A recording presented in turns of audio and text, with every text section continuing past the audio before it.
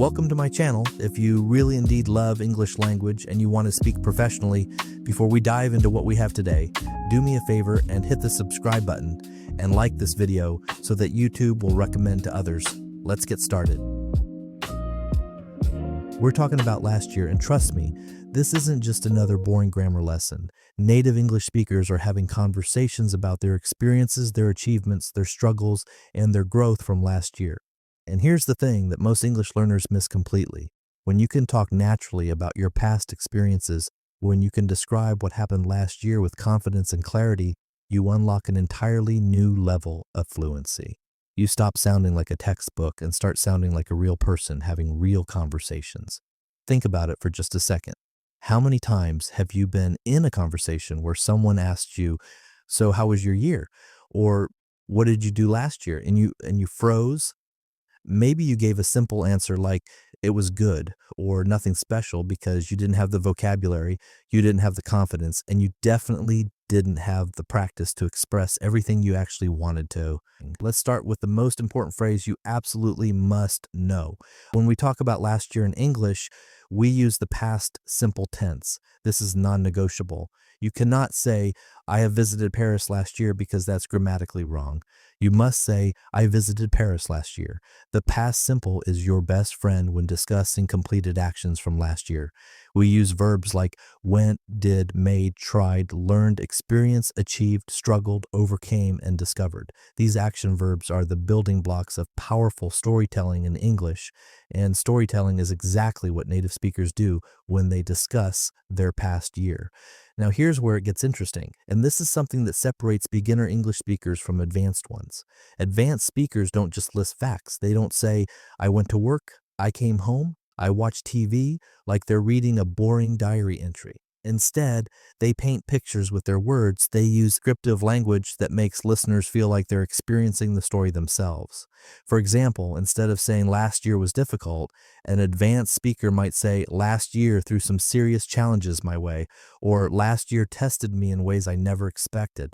Do you hear the difference? And the second versions are more engaging, more natural, and more memorable. Let me give you some powerful vocabulary specifically for discussing last year that will instantly upgrade your English. When something positive happened, you can use words like remarkable, unforgettable, transformative, rewarding, or breakthrough. For instance, "Last year was a breakthrough year for my career" sounds infinitely better than "last year was good for my job." When describing challenges, instead of just saying bad or difficult, try using phrases like "it was a year of ups and downs," "I faced some significant obstacles," or "there were moments that really pushed me to my limits." These expressions demonstrate sophisticated English proficiency and make you sound like someone who truly understands the language. One of the most common questions native speakers ask each other is, "What was your highlight of last year?" A highlight means the best part, the most memorable, positive experience, the moment that stood out above everything else. To answer this question effectively, you need to be specific and descriptive. Don't say, "My highlight was my vacation." Instead, try something like, "My highlight was definitely my trip to Thailand in September. I spent 2 weeks exploring ancient temples, trying incredible street food, and meeting people from all over the world. It completely changed my perspective on travel and adventure." Notice how this answer includes specific details like the location, the month, what you did, and how it affected you. This level of detail is what makes conversations interesting and keeps people engaged. But let's be honest, last year wasn't all sunshine and rainbows for most people. Every year has its challenges, its disappointments, and its tough moments. And here's something crucial that many English learners don't realize. Native speakers actually appreciate when you talk about difficulties and challenges because it shows authenticity, it shows you're human, and it makes you more relatable. The key is knowing how to express these challenges in natural, sophisticated English. Instead of simply saying "I had problems," you can say "I encountered some unexpected hurdles," or "I navigated through some turbulent times," or "I had to overcome several setbacks." These phrases show linguistic maturity and emotional intelligence. Let me teach you an incredibly useful structure that native speakers use constantly when discussing last year. It's called the although but structure, and it helps you balance positive and negative experiences in one sentence. Here's how it works. Although last year had its fair share of challenges, I managed to grow in ways I never anticipated. Or last year wasn't easy, but it taught me resilience and patience. This structure shows that you can think critically about your experiences and express complex ideas in English. It demonstrates that you're not just a beginner who can only say simple sentences, you're someone who can handle nuanced, sophisticated communication. Now, let's talk about achievements. When you talk about what you achieved last year, you need to use result oriented language. This means focusing on specific outcomes and measurable results rather than vague statements. For example, don't say, I studied English last year. Instead, say, last year, I dedicated myself to improving my English and successfully completed 3 advanced courses, expanded my vocabulary by over 500 words, and gained the confidence to hold conversations with native speakers. The second version is specific, impressive, and memorable. It tells a story of commitment and achievement rather than just stating a fact. Here's a game changing tip that will make your English sound incredibly natural. When native speakers reflect on last year, they often use time markers and specific references to create a sense of timeline and progression. These include phrases like early last year, by mid 2025, toward the end of the year, throughout last year, or looking back on 2025. For instance, early last year, I set a goal to read more books. By mid 2025, I had already finished 15, and by the end of the year, I'd read a total of 30 books. This progression shows development over time and makes your story more compelling and believable. Let's discuss emotions because talking about how you felt during last year adds depth and humanity to your English. Emotional vocabulary is what separates mechanical English from authentic communication. When describing positive emotions from last year, go beyond basic words like happy or good. Use words like elated, fulfilled, content, grateful, inspired, or energized for challenging emotions instead of just sad or bad. Use descriptive words like overwhelmed, frustrated, anxious, disappointed, or stressed. But here's the advanced move: combine these emotions with explanations. I felt overwhelmed during the first quarter of last year when I was juggling multiple projects at work while also trying to maintain my personal life. However, by learning better time management skills, I gradually felt more in control and confident.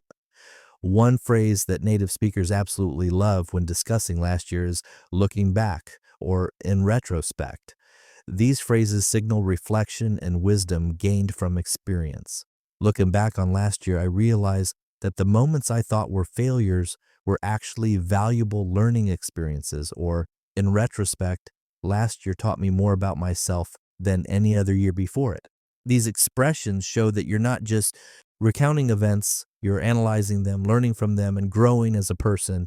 Now, here's something that will blow your mind about how native speakers structure their reflections on last year. They use what's called the problem action result framework. First, they identify a problem or challenge from last year. Then they explain what action they took to address it. Finally, they share the result or outcome. Let me show you exactly how this works. Last year, I struggled with public speaking anxiety. This was a significant problem because my job required me to give presentations regularly. To address this, I enrolled in a public speaking course, practiced in front of a mirror every day, and volunteered to speak at smaller meetings to build confidence. By the end of the year, I successfully delivered 3 major presentations to audiences of over 50 people and received positive feedback from my colleagues. This framework makes your story clear, logical, and impressive. Let's talk about the difference between specific and vague language when discussing last year. Vague language makes you sound uncertain and unprofessional. Specific language makes you sound confident and credible. Compare these 2 sentences. Vague, I traveled last year. Specific, last year I traveled to 5 different countries, including Japan, France, Italy, Spain, and Greece, experiencing diverse cultures and trying local cuisines in each destination. The specific version is infinitely more interesting and shows that you can communicate with precision in English. Here's a powerful technique for making your English more engaging when you talk about last year. Use sensory details. Sensory details are descriptions that appeal to the 5 senses: sight, sound, smell, taste, and touch.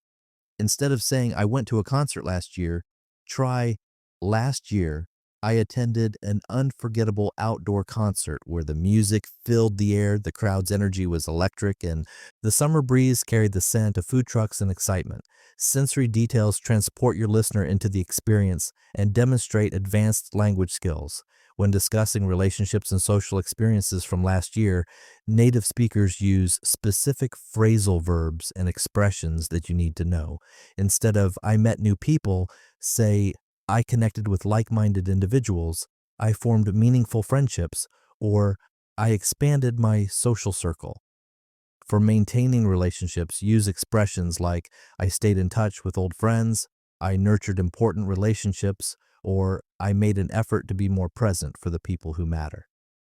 These expressions shows sophisticated vocabulary use. Let's address something critical about discussing last year in professional contexts. When you're in a job interview or professional networking situation and someone asks about your last year, they're evaluating your communication skills, your growth mindset.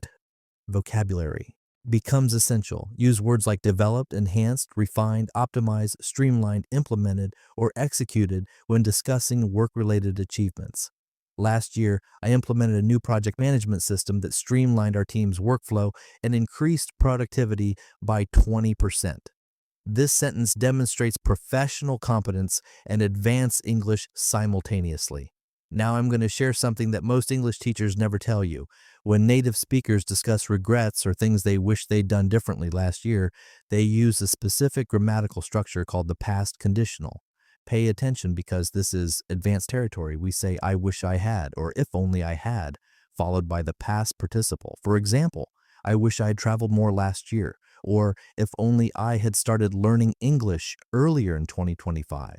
This structure expresses hypothetical situations in the past and shows grammatical sophistication. Another way to express regret is using should have plus past participle. "I should have taken more risks last year," or "I should have prioritized my health better." Let me give you a powerful template you can use immediately when someone asks about your last year.